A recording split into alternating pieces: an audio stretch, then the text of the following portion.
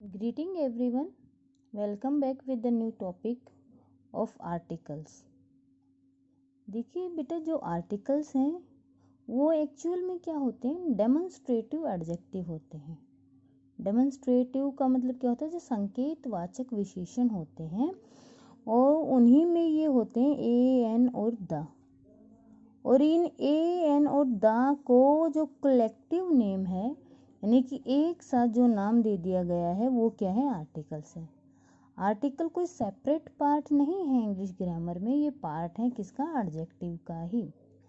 अब जब इनको कलेक्टिव नाम दे दिया गया है ए एन और द को आर्टिकल्स का, तो जो आर्टिकल्स हैं ए एन द वाली बात हो रही है, तो ये क्या है, टू पार्ट्स में डिवाइड होते हैं। डेफिनिट यानी कि निश्चित, इनडेफिनिट यानी कि अनिश्चित विशेषण ही है ये। जो डेफिनेट आर्टिकल्स हैं उनमें कौन आएगा, द का यूज किया जाएगा, और जो इनडेफिनेट आर्टिकल्स हैं उसमें यूज किया जाएगा ए और एन का। हमने नाउन देखा था, नाउन किया था। नाउन के जो टाइप हैं वो कराए थे, वो इसीलिए कराए थे ताकि आपको जो आर्टिकल्स के यूज हैं उनमें कोई भी प्रॉब्लम ना हो। जो नाउन है वो 5 टाइप के होते हैं, common noun, collective noun, proper noun, abstract noun and material noun. तो इनमें जो लास्ट 3 हैं, प्रॉपर नाउन व्यक्तिवाचक संज्ञा, एब्स्ट्रैक्ट नाउन भाववाचक संज्ञा, मटेरियल नाउन यानी कि पदार्थवाचक संज्ञा, इनके साथ कोई आर्टिकल यूज नहीं किया जाता है in spite of the special condition. जो 2 आर्टिकल्स है, 2 नाउन्स है, common noun and the collective noun, सिर्फ इन्हीं के साथ हम आर्टिकल्स का यूज करते हैं, और ख़ास करके किसके साथ, कॉमन नाउन के साथ। जो कलेक्टिव नाउन आता है उसमें जब भी हम कलेक्टिव जो वर्ड यूज करते हैं एक ग्रुप के लिए, तो उनके साथ ऑलमोस्ट यूज किया जाता है किसका, ए या फिर एन का।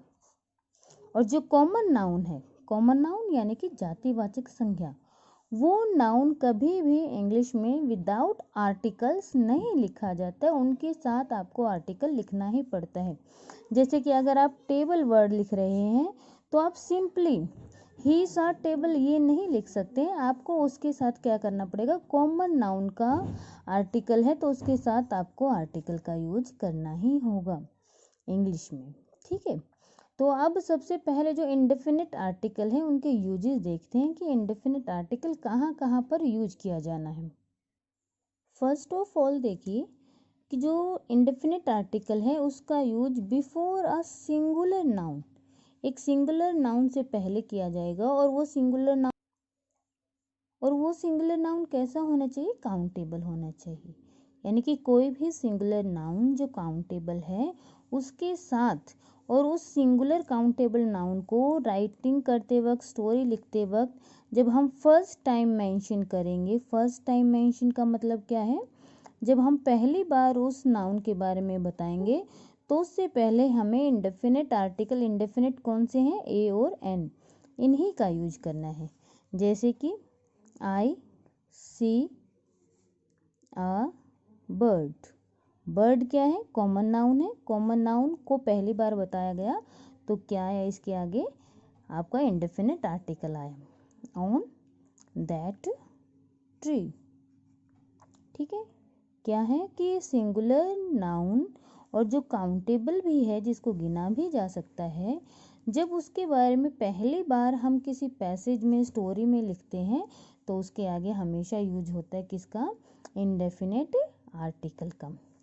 सेकंड वन है कि जो सिंगुलर काउंटेबल नाउन है which is used as an example of the class of things और स्पेसेज, यानी कि वो काउंटेबल नाउन जो किसी भी चीज़, किसी भी थिंग या किसी भी स्पीसीज, किसी भी जाति का को रिप्रेजेंट करते हैं, उनका एग्जाम्पल बन जाते हैं, उनके लिए हम यूज करते हैं किसका, इंडेफिनिट आर्टिकल का। जैसे कि अ हॉर्स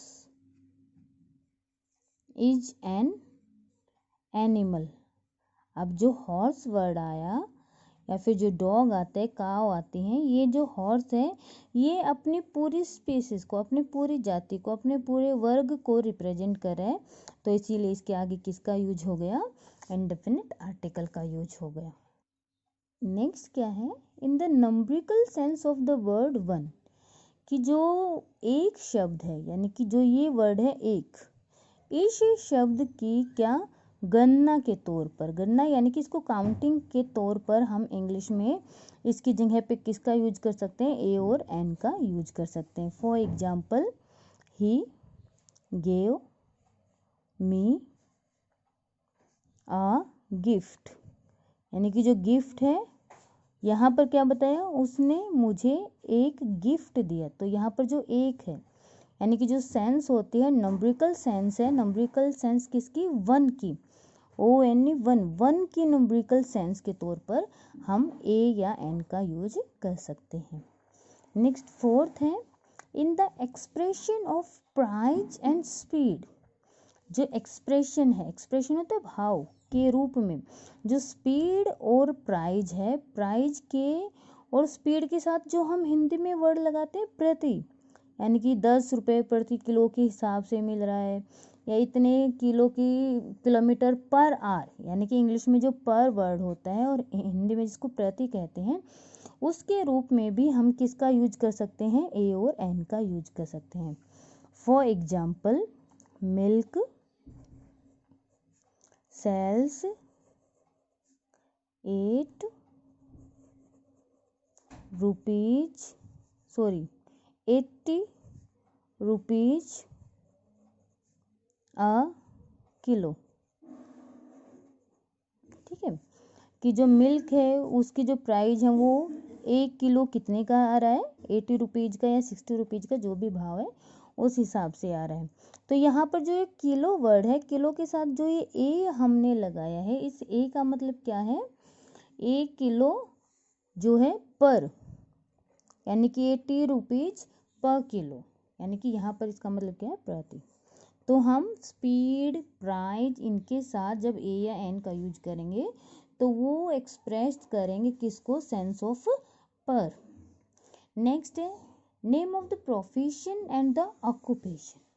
ऑक्यूपेशन यानी कि जो आपके धंधों के नाम है या जो आप व्यवसाय करते हैं उनके नाम से पहले, उनको बताने से पहले हम इंडेफिनिट आर्टिकल का ही यूज करते हैं, जैसे कि ही इज अ टीचर। अभी जो टीचर है ये प्रोफेशन है टीचिंग, तो ही इज अ टीचर, तो ये प्रोफेशन से पहले हम क्या करेंगे, ही इज अ मैनेजर, तो वहाँ पर हम क्या करेंगे, ए या एन का यूज करेंगे, क्या बताने के लिए, प्रोफेशन या ऑक्यूपेशन को बताने के लिए। नेक्स्ट है, समटाइम्स बिफोर मिस्टर, मिसेज और मिस, उनके साथ जो सरनेम होता है प्लस जो सरनेम होता है उनसे पहले भी हम किसका यूज कर देते हैं, ए और एन का यूज कर देते हैं। और वो ए और एन का मतलब यहाँ पर क्या होता है, it means a man, woman और गर्ल ऑफ दैट नेम, यानी कि अगर आप कहते हैं a Mr Gupta came to see you when you are away, when you are away, तो यहाँ पर जो ये मिस्टर गुप्ता से पहले ए वर्ड आया है, it means a person of that name, यानी कि मिस्टर गुप्ता नाम का कोई आदमी जो है वो आपसे मिलने के लिए आया था, कब, जब आप यहाँ पर नहीं थे, यू वर अवे या you are away, you were away, जब आप यहाँ पर नहीं थे। तो यहाँ पर अगर मिस्टर और मिसेज, मिस्टर मिसेज और मिस से पहले, यानी कि ये है सरनेम और उनके पहले अगर मिस्टर मिसेज है और उसके साथ हम ए या एन का यूज करते हैं, तो उसका मतलब क्या होता है कि उस नाम का कोई भी व्यक्ति। और अभी रिसेंटली मैंने एक वीडियो जो आपको अपलोड की थी उसमें बताया था, आ फ्यू, आ लिटल, इनके साथ भी हम ए का यूज करते हैं। और वो क्या करते हैं, क्योंकि अगर लिटिल और फ्यू अकेले लिखे जाते हैं तो इन दोनों का मतलब, यानी कि खाली आपने फ्यू लिखा या लिटिल लिखा तो इसका मतलब क्या होता है, लिटिल तो होता है अमाउंट के लिए, ठीक है, और फ्यू का मतलब होता है काउंटिंग के लिए, नंबर के लिए। तो यहाँ पर अगर इनको अकेला लिखा जाता है तो इनका मतलब क्या होता है, नेगेटिव होता है, बिल्कुल ना के बराबर, नकारात्मक। लेकिन जब इनके साथ आ लगा दिया जाता है तो it means there are something, संख्या में कुछ तो है, यानी कि ना से तो ऊपर, वहाँ पर उनका मीनिंग कैसा आ जाता है, पॉजिटिव मीनिंग आ जाता है, सकारात्मक मतलब आ जाता है। अब देखिए आपको ए और एन का यूज कैसे करना है। सबसे पहला पॉइंट हमने पढ़ लिया था, काउंटेबल और सिंगुलर नाउन के साथ ही हम ए एन का यूज करते हैं। लेकिन आप क्या कर लें कि आपको इंग्लिश में लेटर्स पता हैं, कितने लेटर्स हैं, 26 लेटर्स हैं। उनमें से 5 क्या हैं, आपके वोवल्स हैं। और जो वोवल्स हैं वो कौन कौन से हैं, ए, ई, आई, ओ, यू, ये आपके वोवल्स हैं। तो एक तो जो हम रूल करते हैं वो क्या है कि आपके जो ये वोवल्स आते हैं तो आप इनको देख के आप जहाँ पर आपको क्या करना है, ए वोवल्स आ गई तो आपको एन का यूज करना है। वोवल्स से पहले हम यूज करते हैं किसका, एन का। लेकिन यहाँ पर एक चीज़ का ध्यान कर लें कि आपका जो ए और एन आपको यूज करना है, it all depends on sound. ये किसके ऊपर निर्भर करता है, ये साउंड के ऊपर डिपेंड करता है। इसलिए हमें क्या करना है, लेटर्स को नहीं देखना, हमें किसको देखना है, साउंड को। साउंड यानी कि आवाज़ को देखना है कि हमारे हम जो भी वर्ड बोल रहे हैं, प्रोनाउंसिएशन जो कर रहे हैं वो किस चीज़ से कर रहे हैं। और इसके लिए आप क्या करें कि जो हमारी हिंदी की वर्णमाला है उसमें आपको पता है 44 जो है साउंड्स हैं, लेटर्स हैं। तो उनमें से आपके 11 क्या होते हैं, वॉवल्स होते हैं 44 में से। तो वो जो 11 साउंड जहाँ पर भी आएंगी वो क्या, कौन कौन सी, ए, आ, ई, ऊ, ए, आई, ओ, औ। तो ये साउंड जहाँ पर भी आएंगी वहाँ पर यूज करना है किसका, एन का। और जहाँ पर बाकी बची हुई 33 साउंड्स आती हैं वहाँ पर यूज करना है किसका, ए का। यानी कि बिफोर कॉन्सोनेंट साउंड, साउंड कौन सी, कॉन्सोनेंट। कॉन्सोनेंट अगर साउंड है, कॉन्सोनेंट का मतलब क्या होता है, व्यंजन। अगर व्यंजन की आवाज़ है तो व्यंजन की आवाज़ से पहले ए, और अगर आवाज़ किसकी आती है आपको, वोवल की, वोवल यानी कि स्वर की अगर आवाज़ आती है तो उससे पहले आपको एन का यूज करना है। It may be clear to you. अब देखिए जैसे कि मैं कुछ वर्ड यहाँ पर लिख रही हूँ, जैसे कि हमने बोला बॉय, बॉय वर्ड बोला। अब आपको क्या देखना है कि जो बॉय वर्ड है उसमें हमने स्टार्टिंग की है किससे, ब वर्ड से। और ब वर्ड इंग्लिश में क्या है, ये वैसे तो इंग्लिश में भी क्या है, ये कॉन्सोनेंट ही है। और वैसे आपकी जो हिंदी की वर्णमाला है ब, उसमें भी ये क्या है, कॉन्सोनेंट ही है। तो कॉन्सोनेंट साउंड शुरू हुई तो उससे पहले क्या लगाना है, ए का यूज करना है। ऐसे ही जैसे कि आप लिख रहे हैं एप्पल, एप्पल अगर आपने लिखा तो इसकी जो साउंड होगी वो कैसे होगी, ए से शुरू होगी, एप्पल आपने बोला। तो यहाँ पर इस ए की साउंड क्या है, वॉवल की है, तो इससे पहले किसका यूज कर दिया आपने, एन का यूज कर दिया। लेकिन अभी क्या देखना है कि आपके जो ये 5 वर्ड हैं, ए, ई, आई, ओ, यू, ये जो वर्ड हैं sometimes they behave like consonants. कई बार ये कैसे बिहेव करते हैं, कॉन्सोनेंट के जैसे बिहेव करते हैं, व्यंजन के जैसे आवाज़ करते हैं। खास करके ये 3 वर्ड ई, ओ, यू, इनकी तो ए और जो आई है इनकी तो साउंड हमेशा एक जैसी ही रहती है, ये हमेशा वोवल की ही साउंड देते हैं। लेकिन ये जो 3 वोवल बजते हैं, ई, ओ और यू, इनकी जो साउंड है वो कई बार कैसी आती है, कॉन्सोनेंट की आती है। तो हमें ध्यान रखना है कि जब इनकी साउंड आएगी तो साउंड के हिसाब से ही हमें ए और एन में से आर्टिकल यूज करना है। जैसे कि हम बोलते हैं अम्ब्रेला, हमने क्या बोला, अम्ब्रेला बोला। अब अम्ब्रेला बोला है तो अ की साउंड आई, अ की साउंड आई है तो ये यू यहाँ पर क्या है, आपका वोवल ही है। और वोवल से पहले क्या आएगा, आपका एन आर्टिकल ही आएगा। लेकिन आप बोलते हैं यूनिट, यूनाइटेड।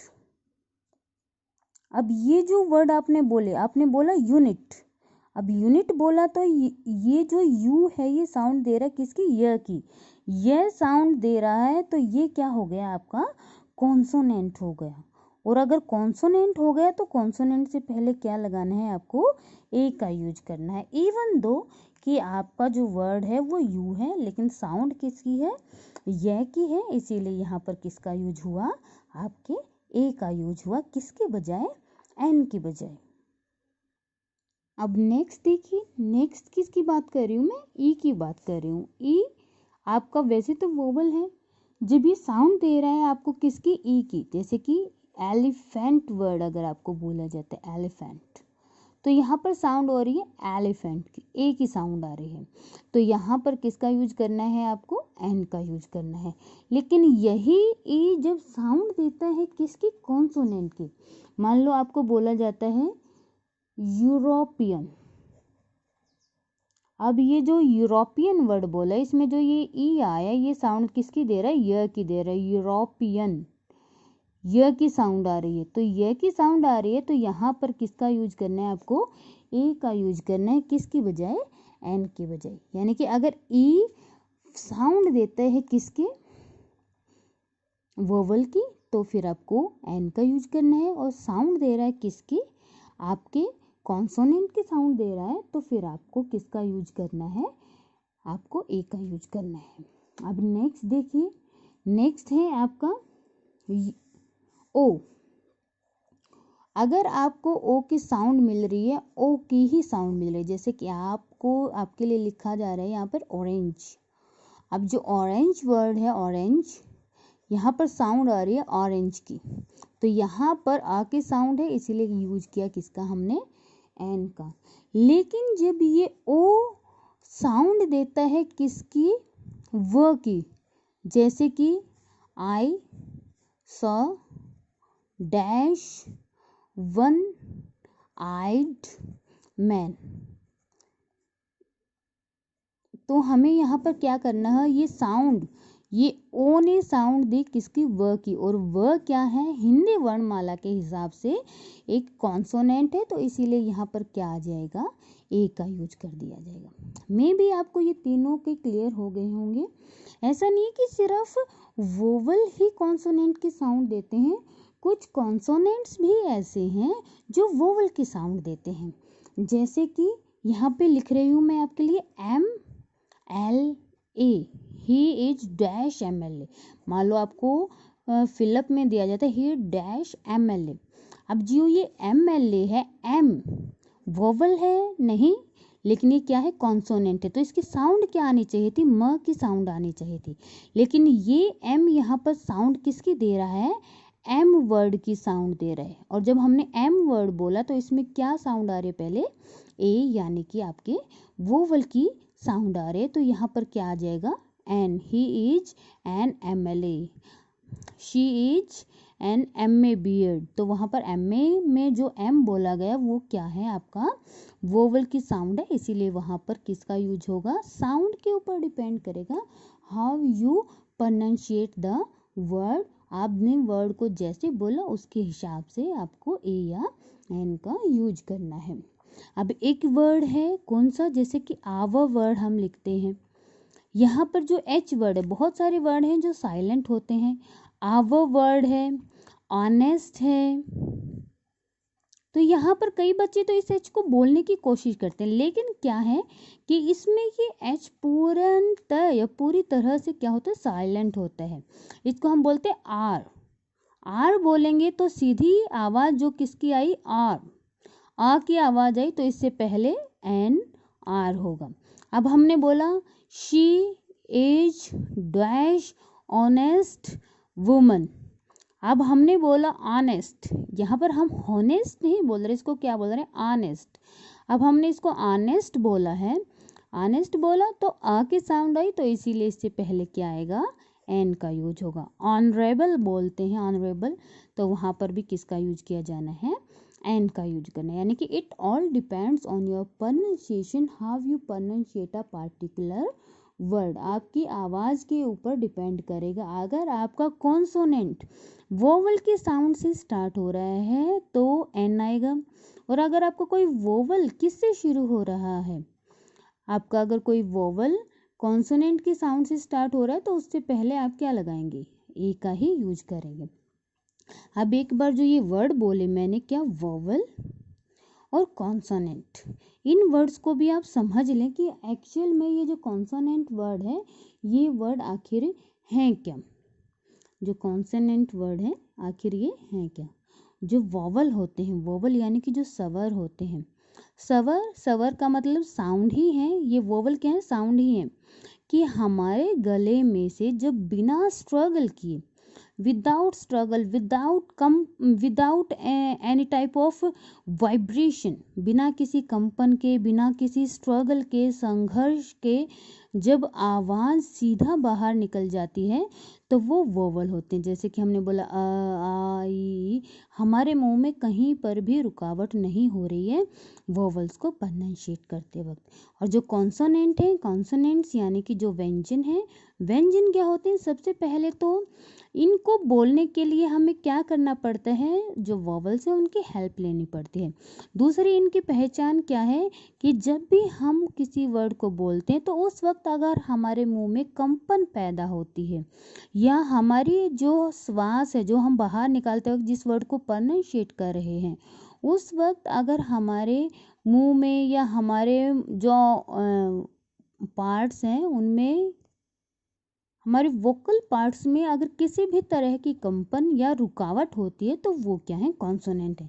जैसे कि आप बी वर्ड को ही बोल रहे हैं, इस वर्ड की प्रोनाउंसिएशन क्या होगी, बी।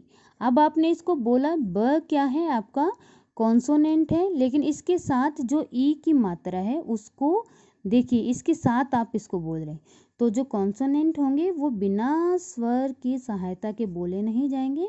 और दूसरा, इनको बोलते वक्त हमारे वोकल कार्ड्स में कंपन या रुकावट होगी, और जो स्वर हैं वो बिना स्ट्रगल के, बिना किसी की हेल्प के, बिना वाइब्रेशन किए हुए वोकल कार्ड्स में वो सीधे हमारे मुंह से हवा के साथ बाहर निकल जाएंगे। So this is the part of indefinite article. Definite article next video में आपको मिलेगा।